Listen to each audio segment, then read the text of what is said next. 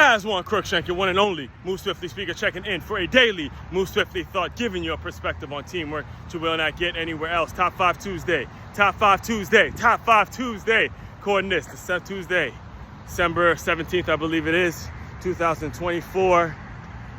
A lot of the time of year, a lot of individual accolades are sort of penetrating the team sport that I love so very much.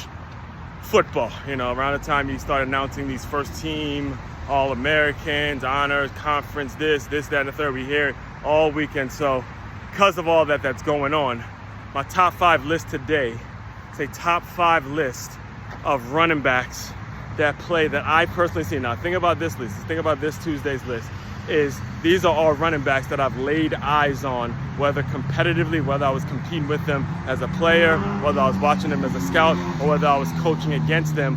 These were 5 running backs that I've personally laid eyes on. And here's another thing I did. I excluded my alma mater. All right, I excluded Good Counsel from this list.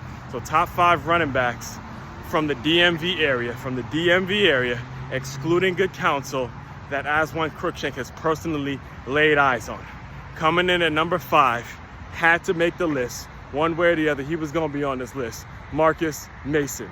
Whoa, Marcus Mason out of Georgetown Prep High School. First Good Counsel game I've ever attended was the one in which he ran up and down Good Counsel. I mean, I went there with my youth program, the White Oak Warriors, and Marcus Mason straight handled business. And Coach Mike, my coach back then, pointed him out before the game. He said, look, that number 23 is about to get busy. And he got busy. And that was my introduction, so to speak, to Good Counsel football, was Marcus Mason absolutely tearing up some Good Counsel ass, to the point where my senior year, when we played Georgetown Prep, Coach Malloy remembered that night. He reminded us of that night. As we were facing them, and we beat them 55-10. And he had told us before the game, look, a lot of you guys were kids during that time, and you saw what Marcus Mason did to us a couple years ago, and I've never returned the favor to Georgetown Prep. So coming in at number 5, Marcus Mason. I think he ended up playing for the Washington Redskins, had a brief stint with them. All right.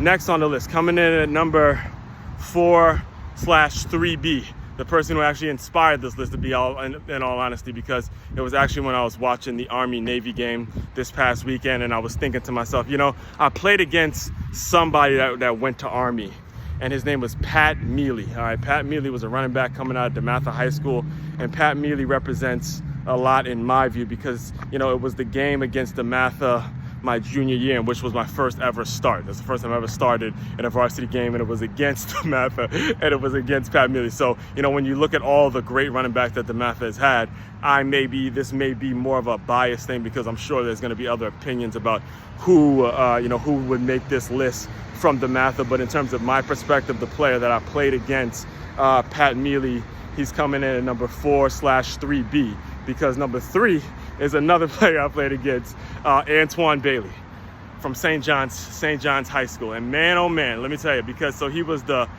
sophomore when I was a junior, so he was a year younger than me, and I was just getting my feet wet, and I saw this sophomore coming in. So the regular season didn't really do much. We handled him pretty well in the regular season, but when we got to the playoffs and we played St. John's, yes, Antwon Bailey went ham. He went to work, and he ended up going to Syracuse. I believe he coaches somewhere now. I'm not sure if it's at Ave Marie or if he's back at St. John's, but I know he has a business, that running back factory, and he's kind of in the field now, teaching young running backs how to put in that work and all that. He went to Syracuse, did amazing things. I think he did have a brief stint with the Washington Redskins as well.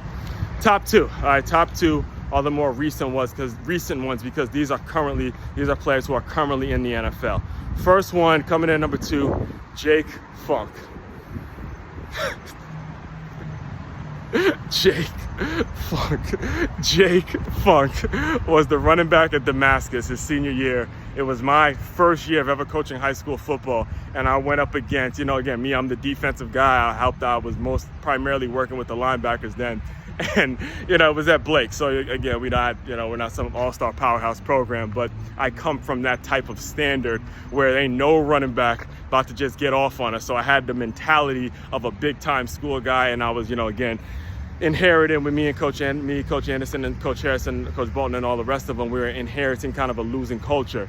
And when you see a cat like Jake Funk, I think right now, if I'm not mistaken, he's a free agent. He's either playing for the Ravens. I know he's been bouncing around from NFL team to NFL team and all of that. He ended up having a great career at the University of Maryland. And like I said, is currently still playing in the NFL. I'm not sure which team he is with now.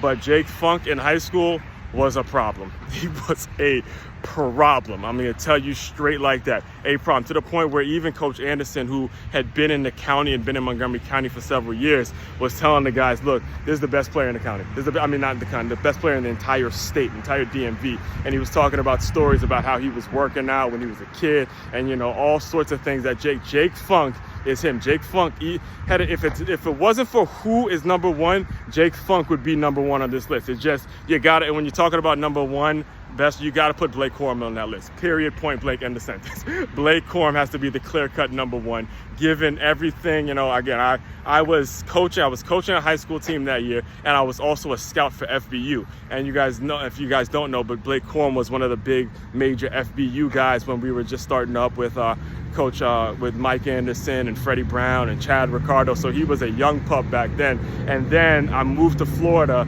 and he's at Blake Corum's at St. Francis, and I see him play against Miami Central. And then me being the diehard Michigan fan that I am, I'm like, no, listen, Blake Corum is making the list number one, clear cut again. You may have your opinions. I know for a fact that he's got to be number one on his list. So top 5 running backs, just to close you out, just to recap, to close you out, top five high school running backs from the DMV on Top 5 Tuesday, excluding Good Counsel, because I went there and I'm removing any biases from this particular list. Coming in at number 5, Marcus Mason from Georgetown Prep.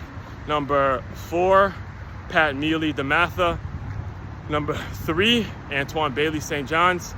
Number 2, Jake Funk, Damascus. And number 1, Blake Corum, St. Francis Academy. All right.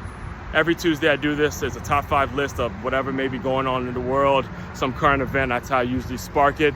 Everything else, main website to check out to dive deeper into all my work, it's makeyourmove.com. That's MakeYamove.com. Also tap into the Patreon link, patreon.com/as144. Everyone out there, continue to move swiftly. We will talk more soon.